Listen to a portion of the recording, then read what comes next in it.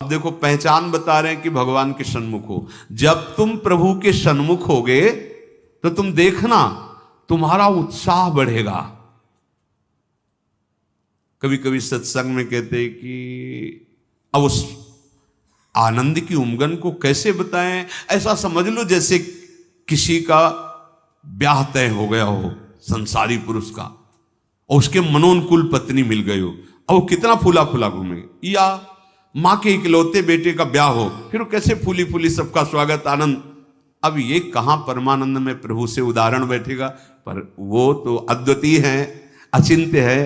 पर ऐसे ही चंद्र शाखा न्याय जैसा कि डाल के एक हाथ ऊपर देखो चंद्रमा दिखाई दे रहा है। अद्भुत फूलन, अद्भुत उत्साह।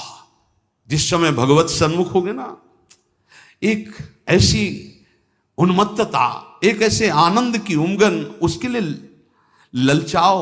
जो तुम खोज रहे हो इधर नहीं है, वो इधर है। परमानंद, विज्ञानानंद, क्या क्या भगवान की उस आनंद को महापुरुषों ने सजा करके बहुत सुख में, परमानंद में। निश्चित निश्चित हम कई बार कहा है कि अगर ऐसा कुछ होता तो हम कह जरूर देते, भले हमारी कमी होती कि हमारी कमी के कारण, पर हम कह देते, पर सच्ची कहते हैं। वो उसी आनंद का ये जितना ये आनंद का जो क्षेत्र माना गया शरीर है, भोग है, इसकी तो दशा ही देख रहे हो। आनंद का स्वरूप प्रभु में।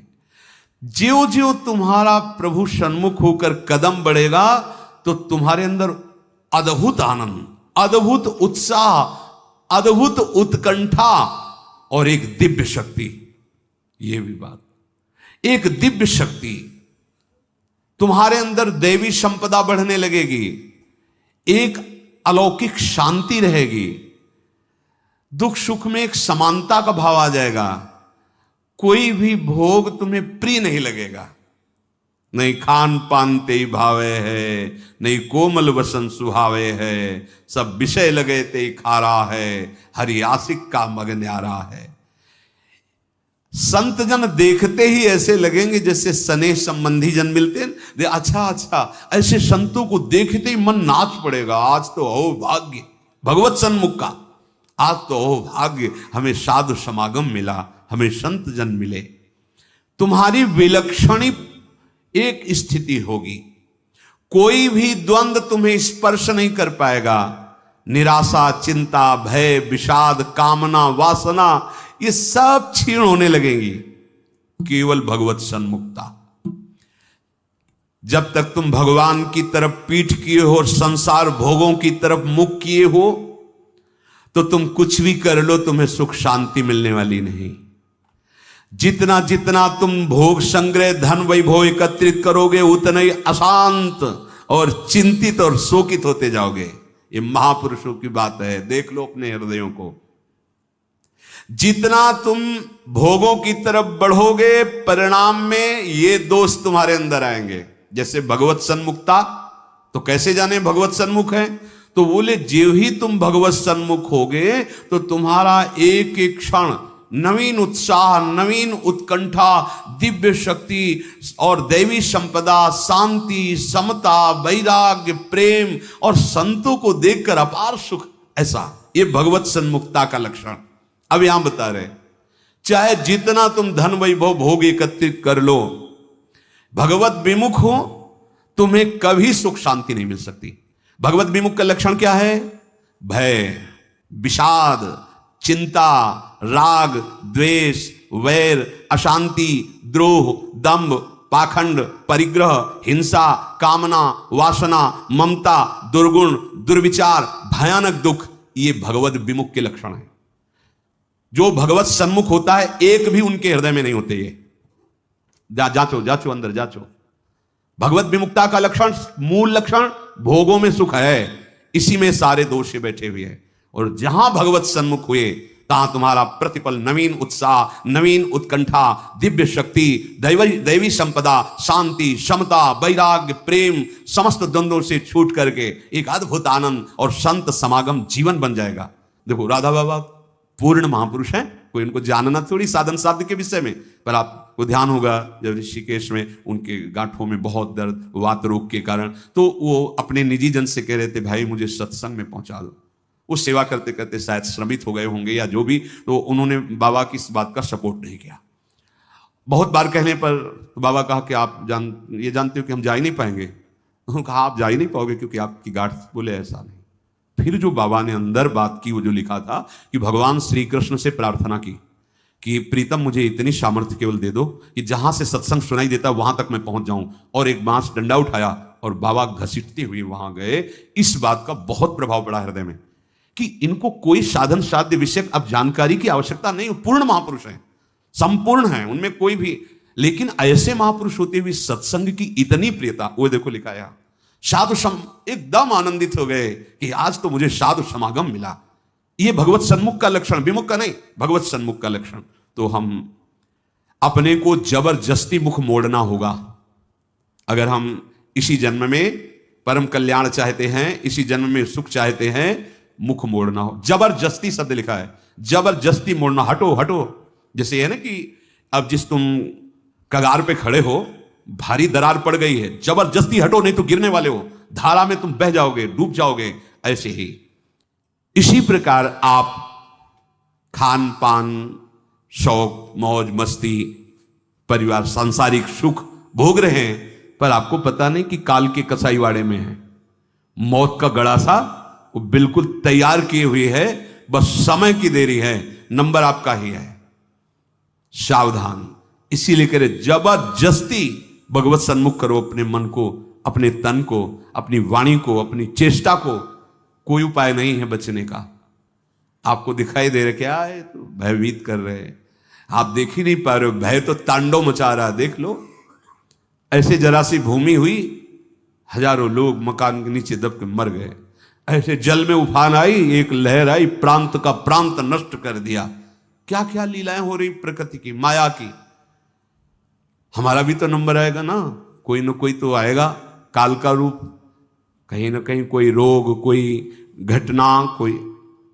और हम मस्त हैं जैसे बकरा। इसी सेकंड से सावधानी करनी है। क्या? एक एक वृत्ति को कृष्णाकार कर दो, प्रियालाल के चरणों में लगा दो। बुद्धिमान उपासक सावधान, तुम्हारी जन्म के साथ ही मृत्यु पैदा हो चुकी तुम्हारी।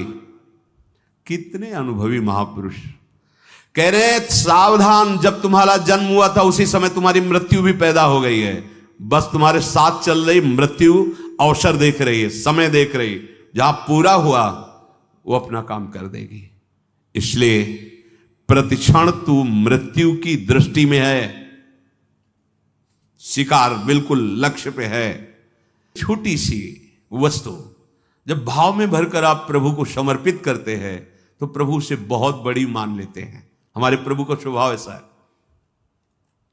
पत्रम पुष्पम फलम तोयम ये में भक्ता प्रति। देखो नाशवान वस्तु है ना। अगर एक चुल्लू जल भगवद अर्पण कर दिया, भगवान उतने में प्रसन्न हो रहे हैं।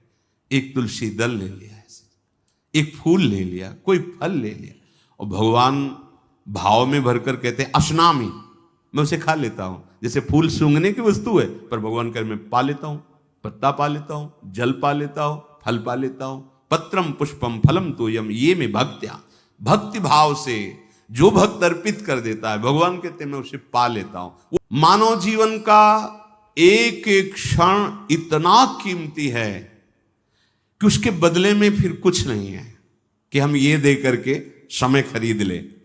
तो ऐसे समय को केवल केवल महामहिमा में भगवान नाम स्मृति में लगाओ। सब चेष्टाएं हो रही, नाम जप कर रहे हैं, आपका बैंक बैलेंस बढ़ रहा है। एक एक नाम, जैसे कोई भूखा व्यक्ति एक एक कवल पाता है तो तुष्टि पुष्टि क्षुधा निवृत्ति होती जाती है। ऐसे ही एक एक नाम संसार से वैराग्य, अपने स्वरूप का ज्ञान और भगवान के चरणों में प्रेम, ये तीनों होते चले जा रहे हैं। पर जिसे बहुत हुई, श्वास प्रश्वास लगातार भगवान नाम का अभ्यास, भगवत स्मृति, कहीं भी जा रहे हो, कोई भी कार्य कर रहे हो, किसी से भी कोई व्यवहार कर रहे हो, अंदर ही अंदर स्मरण, प्रभु का स्मरण न छूटने पावे। लाभ हरिवंश के नाम उच्चर, लाभ इससे बड़ा कोई लाभ नहीं। राधा राधा हरि हरि, अगर नाम उच्चारण हो रहा अंदर, बहुत बड़ा लाभ मिल रहा है।